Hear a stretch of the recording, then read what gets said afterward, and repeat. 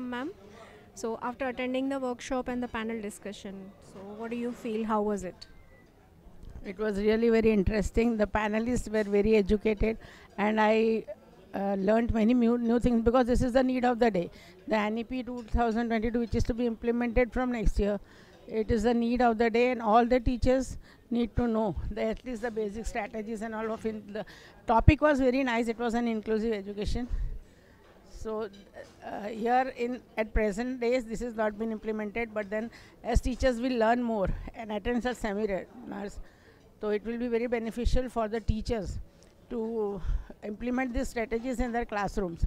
So I'm very thankful to this Aditya Birla Group and TalkTech conclave. This conclave was really very informative and very useful for the teachers. And hope you people organize such type of panel discussions and this type of workshops from time to time, which will be beneficial for the society, teachers at large.